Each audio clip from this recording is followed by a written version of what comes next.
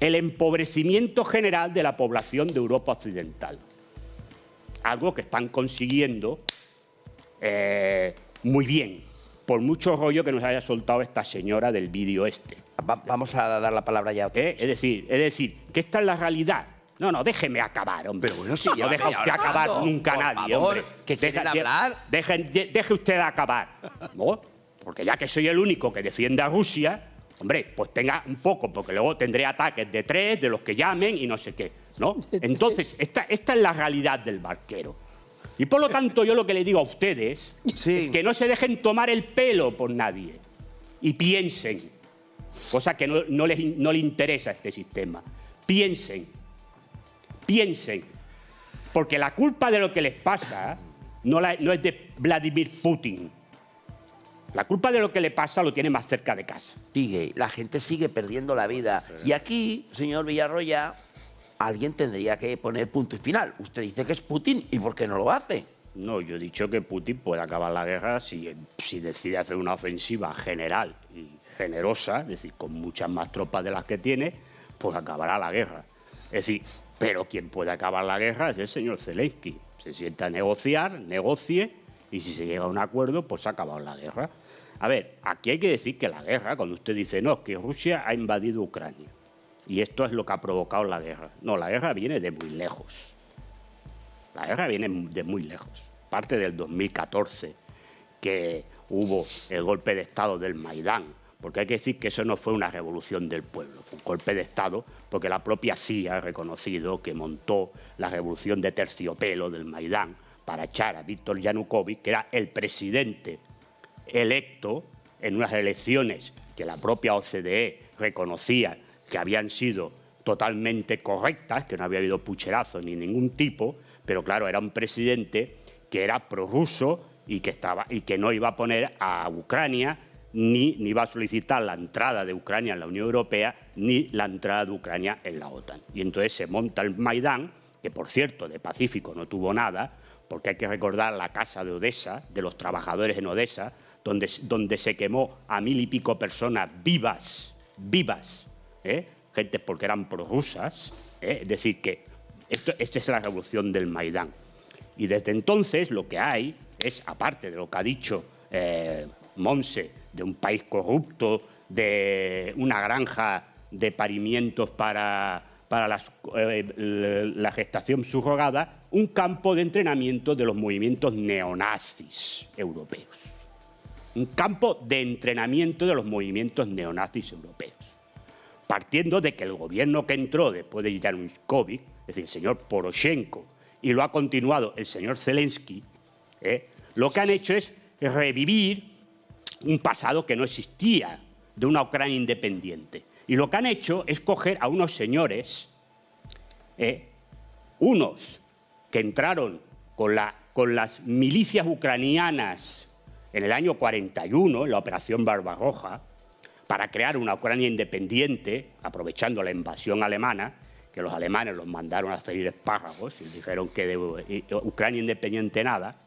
Y el día de la independencia de Ucrania no es el día en que Ucrania se independizó de la Unión Soviética. No, el día de Ucrania es el cumpleaños de un señor que se llama Stefan Bandera, o se llamaba Stefan Bandera.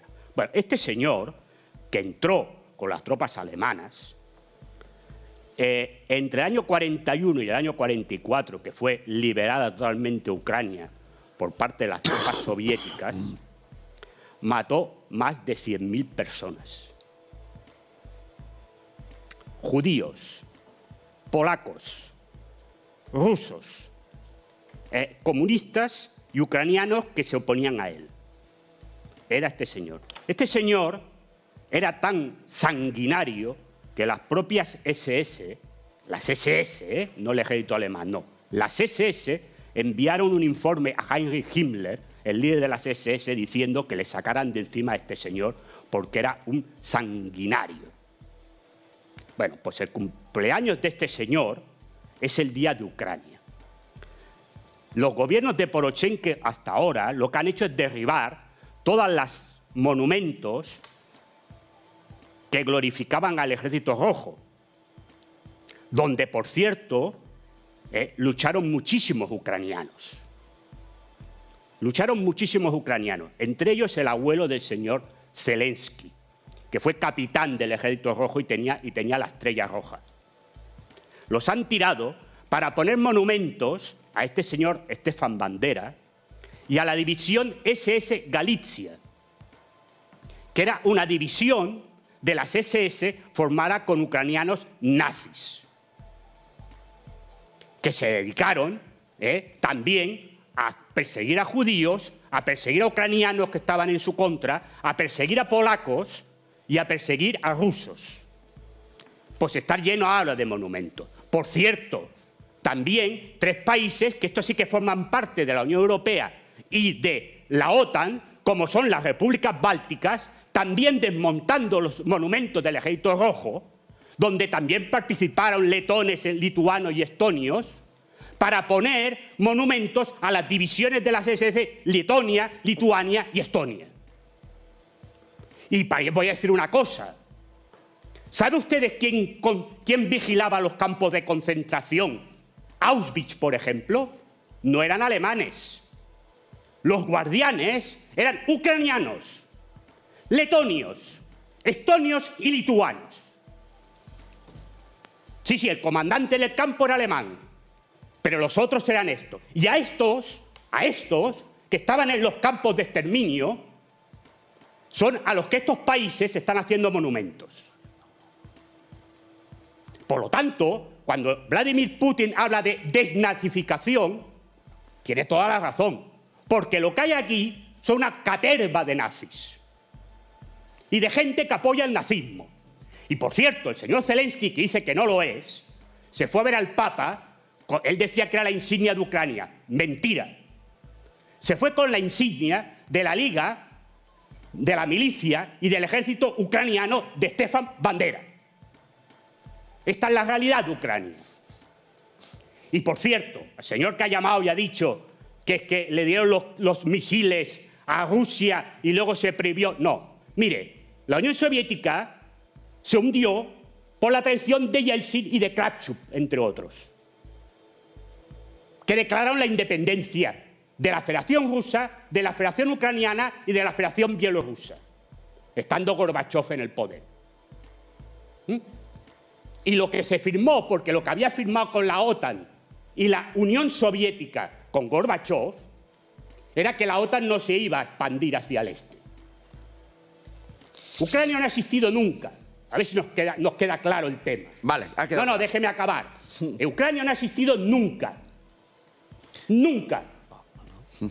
No ha existido nunca históricamente. Porque estaba dividida entre varios países. Pero la parte gorda de Ucrania ha pertenecido toda la vida a Rusia. Odessa primero la fundó un catalán. Un catalán, sí, un catalán. Jorge Rivas. Un catalán. Al servicio de Catalina la Grande. Cuando eso era parte de Rusia, no de Ucrania. Y la parte occidental de Ucrania, que está Lviv, que dicen que ellos son los ucranianos, no sé qué, eso pertenecía a Austria, al imperio austriaco. Y Lviv era Lemberg, la capital de la Galicia austriaca. Y eso se lo quedó Stalin después de la Segunda Guerra Mundial y se lo dio a la República Federal Soviética Rusa, ucraniana. Por lo tanto, Ucrania no ha existido nunca. Cuando los rusos dicen que eso es Rusia, es que eso era ruso. A ver si nos queda claro. A ver si nos queda claro. Kiev es la capital histórica de Rusia. De Rusia. A ver si nos queda claro. Si Ucrania no ha existido nunca. Otra cosa es que tenga un idioma. A ver, vamos a ver. El que habla ruso habla ucraniano y el que habla ucraniano habla ruso. Se entienden perfectamente. Es decir, que por lo tanto eso no ha existido nunca. Bueno. Y lo que hay aquí es una traición de Estados Unidos y la OTAN. Porque mientras estaba Yeltsin, que era lo que era, hicieron lo que les dio la gana. Y ahora, como está el señor Putin, que es otra cosa, entonces aquí sí. Porque aquí el objetivo es la destrucción de la Federación Rusa en pequeños estaditos pequeños. Esta es la idea. Porque la guerra no va a que China va a ocupar Taiwán. No, no. La historia es que Estados Unidos lo que quiere es que caiga China. Porque también tiene el problema del futuro de las tecnológicas. A ver si nos vamos enterando de por dónde va la geopolítica.